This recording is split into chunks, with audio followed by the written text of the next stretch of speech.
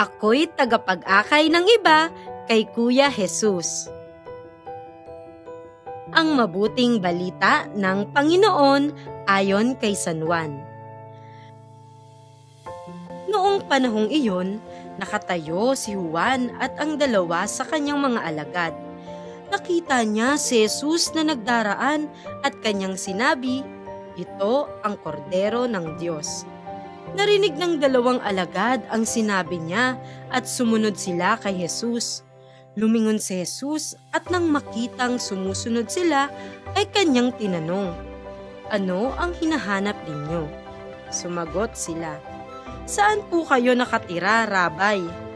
Ang kahulugan ng salitang ito'y guro. "Halika kayo at tingnan ninyo," ani ni Jesus. Sumama sila at nakita nila ang kanyang tinitirhan at tumuloy sila roon ng araw na yaon. Nooy mag-iika-4 na ng hapon. Ang isa sa dalawang nakarinig kay Juan at sumunod kay Jesus ay si Andres na kapatid ni Simon Pedro. Una niyang hinanap ang kapatid niyang ito at kanyang sinabi sa kanya, "Natagpuan na namin ang Mesiyas." Ang kahulugan ng salitang ito'y Kristo.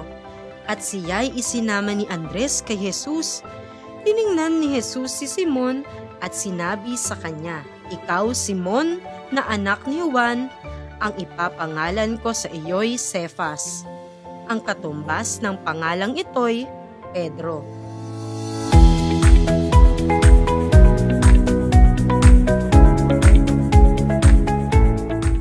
Sa mga kwentong nababasa natin sa Biblia, mga bata, may mga tao na matapos nilang makilala si Kuya Jesus ay niyayaya o inakay nila ang kanilang mga kaibigan o kamag-anak upang makilala rin si Kuya Jesus.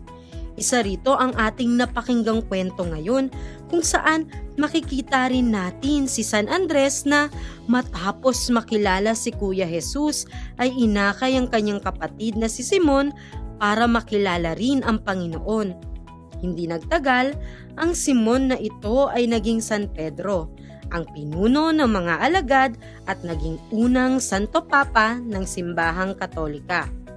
Sa ating buhay, marahil ay masasabi natin na may mga tao rin na naging dahilan para makilala natin si Kuya Jesus, tulad ng ating mga kaibigan, guro, katekista, mga pari o mahal natin sa buhay na ikinukwento nila sa atin ng iba't ibang magagandang storya sa buhay ng Panginoon, kung paano siya naging mabuti at mapagmahal sa sangkatauhan. Ang mga kwento na ito ay nakatulong ng malaki sa atin upang mas lalo natin siyang makilala at tumibay pa ang ating pananampalataya sa Diyos. Mahalaga, mga bata, na ang ating pananampalataya kay Kuya Jesus ay magawa rin natin na ibahagi sa iba. Alam nyo ba, mga bata, noong tayo ay bininyagan, tayo ay pinahiran ng langis na krisma.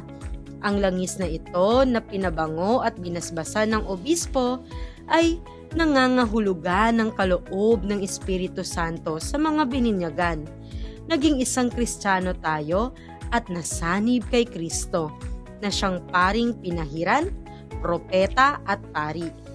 Sa pagpapahid na ito ng langis sa atin, tayo ay nakikiisa kay Kuya Jesus na maging propeta gaya niya sa mga taong ating nakakasalamuha sa araw-araw. Ang isang propeta, mga bata, ay nagpapahayag ng salita ng Diyos. Ipinakikilala niya ang Panginoon sa maraming tao at sinasabi niya kung ano ang gusto o kalooban ng Diyos na dapat gawin ng mga tao. Ibig sabihin nito, gaya ng isang propeta, inaanyayahan tayong maging tagapagpakilala o tagapagkwento ni Kuya Jesus sa ating mga kamag-anak, kaibigan, kaklase at kalaro. Tinatawag niya tayong maging mga saksi o tagapagtotoo kung gaano siya kabuti at kamapagmahal. Huwag sana tayong mahiyang ikwento ang Diyos sa iba at higit sa lahat ay akayin sila para kagaya natin ay mapalapit din sila sa Panginoon. Huwag nating kalilimutan na hindi lamang tayo tagapagkwento ni Kuya Jesus ng kanyang buhay. Tayo rin ay kanyang mga tagapag-akay para sa mga kapwa nating malayo sa kanya at hindi pa nakakakilala sa kanya.